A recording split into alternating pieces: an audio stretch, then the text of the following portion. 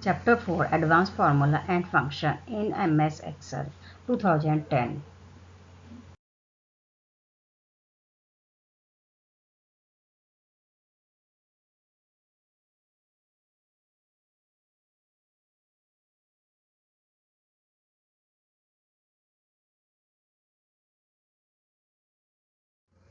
Cell referencing. Cell referencing helps us to identify the behavior of a cell address in a formula when it copy from one cell to another. Cell referencing help करता है फॉर्मूले को के address जो हमारी cell का address है फॉर्मूले को कॉपी करने में एक सेल से दूसरी सेल में. Types of cell referencing: relative cell referencing, absolute cell referencing, mixed cell referencing. Relative cell referencing: the formula in the copy cell change as per the changes in the cell pointer position. The formula force reference change automatically if you copy the formula across row or down column. Relative cell reference फॉर्मूले की copy कर देता है. जब हम फॉर्मूले को एक जगह से दूसरी जगह हम पेस्ट करते हैं, जो हम करेक्शंस करते हैं सेल की वैल्यू में, वो ऑटोमेटिकली में भी हो जाता है हमारे फॉर्मूले की वैल्यू में. Absolute cell referencing. The dollar sign is used to identify absolute cell referencing. Absolute cell referencing हम डॉलर साइन को यूज करते हैं. It is used along with the row and column number in the cell. Column और रो दोनों numbers के लिए use किया जाता है डॉलर का symbol. When the formula is copy across row और कॉलम.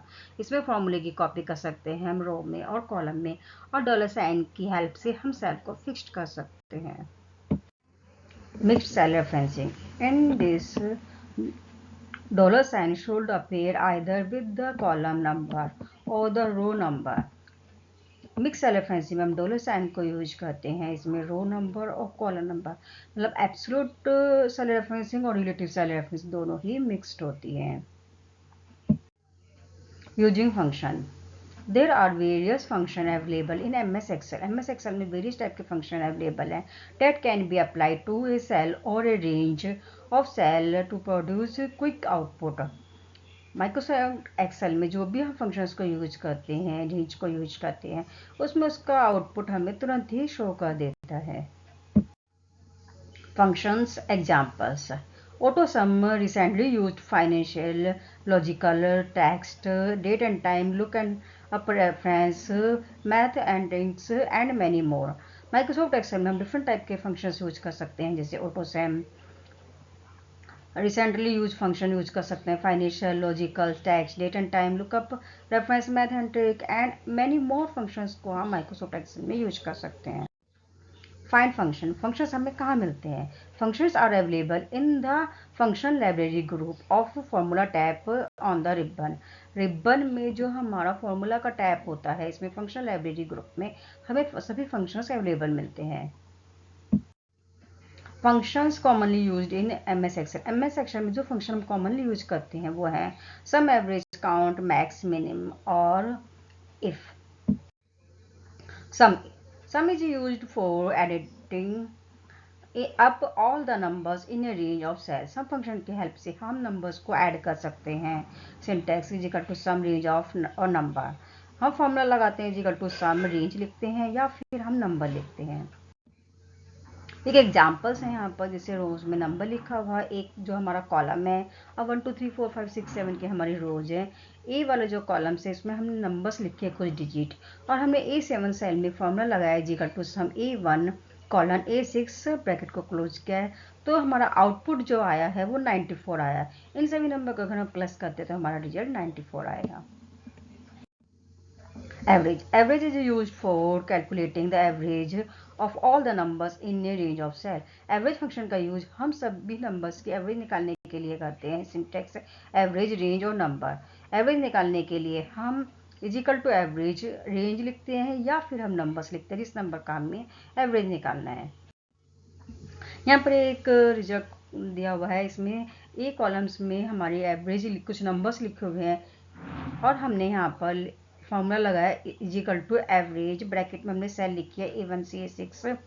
जो इन नंबर्स की एवरेज है, रिजल्ट में यहाँ पर 18 दिखा रहा है A7 सेल में, तो यहाँ पर ये सिर्फ हमें इजिकल टू एवरेज और रेंज लिखने से हमें एवरेज शो कर देगा. Count. Count number is used for counting the number of cells in a range of the cell containing only numerical values. Count functions का यूज हम सभी सेल में, अगर हमें देखना है कि कितनी सेल्स में हमने नंबर्स लिखे हैं अपने रेंज में, न्यूमेरिकल्स डाटा फिल किया है, न्यूमेरिक वैल्यू फिल की है, ये काउंट करना है हमें, इसके लिए हम काउंट फंक्शन का यूज करते हैं. सिंटेक्स इसका is equal to count range और नंबर. कुछ नंबर्स यहाँ पर लिखे हैं और हमने यहाँ पर अल्फ़ाबेट कुछ वर्ड्स भी लिखे हुए हैं, ठीक है, नंबर्स भी और वर्ड्स भी. हमने यहाँ फॉर्मूला लगाया is equal to count A1 A6 और जो हमारा रिजल्ट आया 5. अगर हम यहाँ पर देखें A1 से लेकर A6 के बीच में 5 सेल्स में हमारे नंबर है और एक सेल्स में हमारा करेक्टर वर्ड्स है. Max.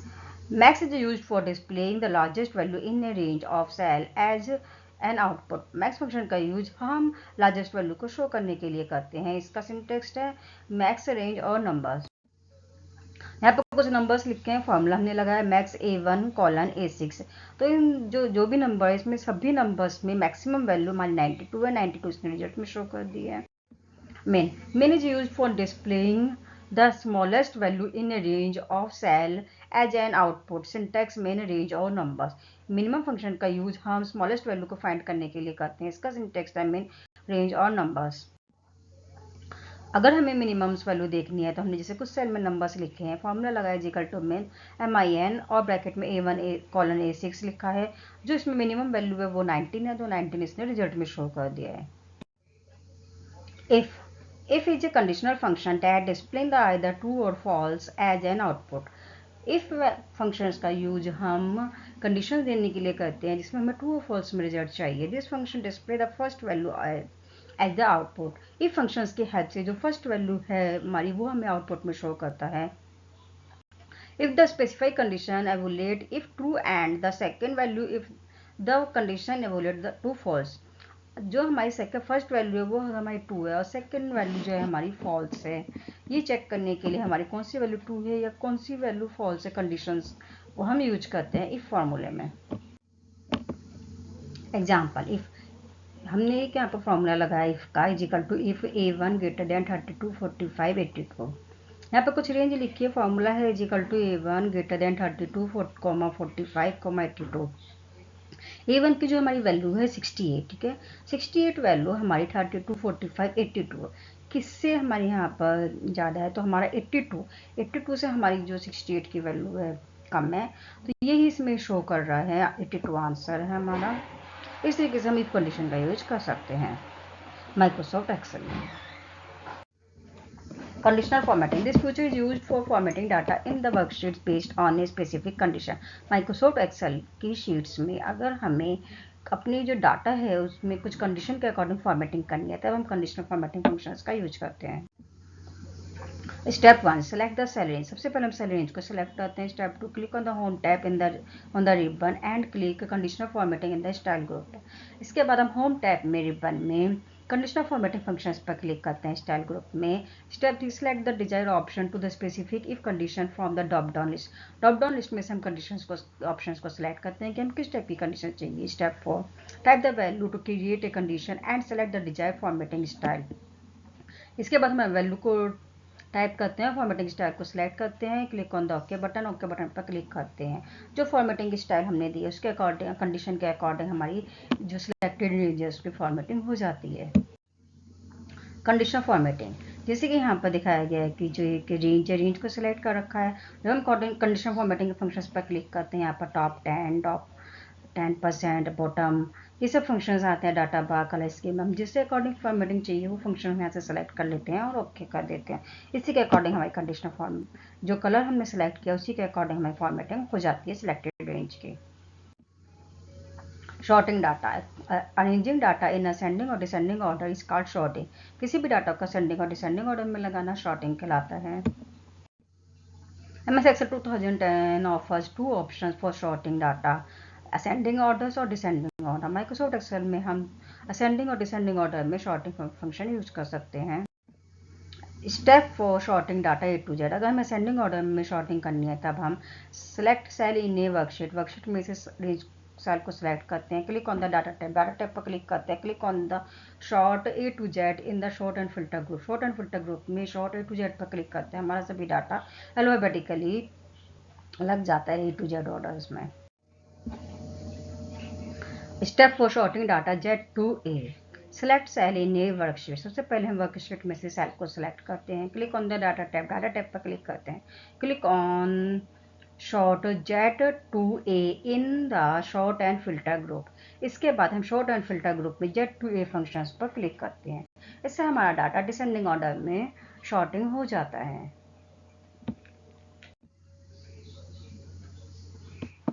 Filtering data. Filter is a process for finding data set in a cell range at a fast speed. A filter range show only those rows that meet all the conditions specified for a column. Filter function का use हम किसी भी data में cell range में data को find करने के लिए करते हैं, फिल्टर करने के लिए करते हैं कंडीशंस के according. Click on a cell in the range required to the filter. सबसे पहले हम रेंज को सिलेक्ट करते हैं जिसके हमें फिल्टर करना है, click on the data tab पर क्लिक करते हैं, click on the filter in the sort and filter group. Sort and filter group में फिल्टर पर क्लिक करते हैं, click on the arrow on the required column heading. Column heading पर हम arrow पे क्लिक करते हैं, a list appear with all the value selected by default. By default एक लिस्ट की वैल्यू शो हो जाती है। You can choose the desire value and click on okay button. इसके बाद हम वैल्यू को सिलेक्ट कर लेते हैं और ओके बटन पर क्लिक करते हैं। जो वैल्यू सिलेक्ट किया हमें उसी के अकॉर्डिंग हमारी लिस्ट फिल्टर हो जाती है। जैसे कि यहाँ पर शो किया गया है, रिजल्ट्स में फिल्टर किया गया है यहाँ पर डाटा को। Custom filter is a process to filter data on the basic specific condition. अगर हम बेसिक स्पेसिफिक कंडीशन के अकॉर्डिंग फिल्टर करना है तब हम कस्टम फिल्टर का यूज करते हैं। Custom data. Click on the data tab filter. सबसे पहले हम डाटा टैब पर क्लिक करते हैं, इसके बाद हम फिल्टर फंक्शन पर क्लिक करते हैं, click on the arrow in the column heading. Column heading पे हम एरो पे क्लिक करते हैं, select number filter from the list. List में से हम नंबर फिल्टर्स को सिलेक्ट करते हैं, click on the custom filter from the sub menu. Sub menu में से हम कस्टम फिल्टर पर क्लिक करते हैं, select an option according to the desired condition and enter a number on the right in the column auto filter. इसके बाद जो हम लिस्ट आती है उसमें से हम कंडीशंस को सेलेक्ट करते हैं और एंटर करते हैं नंबर्स को, जो जिसके अकॉर्डिंग हमें अपने डाटा को फिल्टर करना है। To add another condition click on and or. अगर हमें और कंडीशन ऐड करनी है तब हम एंड या और फंक्शंस पर क्लिक करते हैं। Apply the second condition in the same format. Same format के हम सेकंड कंडीशन को अप्लाई करते हैं, click on the okay button पर क्लिक करते हैं। You can see the row according to the apply condition. जो कंडीशन हमने अप्लाई किया उसके अकॉर्डिंग हमारी रिजल्ट शो हो जाता है। In order to remove filter click on the filter from the sort and filter group. अगर हमें फिल्टर की कंडीशन ऑफ करनी है तब हम शॉर्ट एंड फिल्टर ग्रुप में क्लियर फंक्शंस पर क्लिक करते हैं।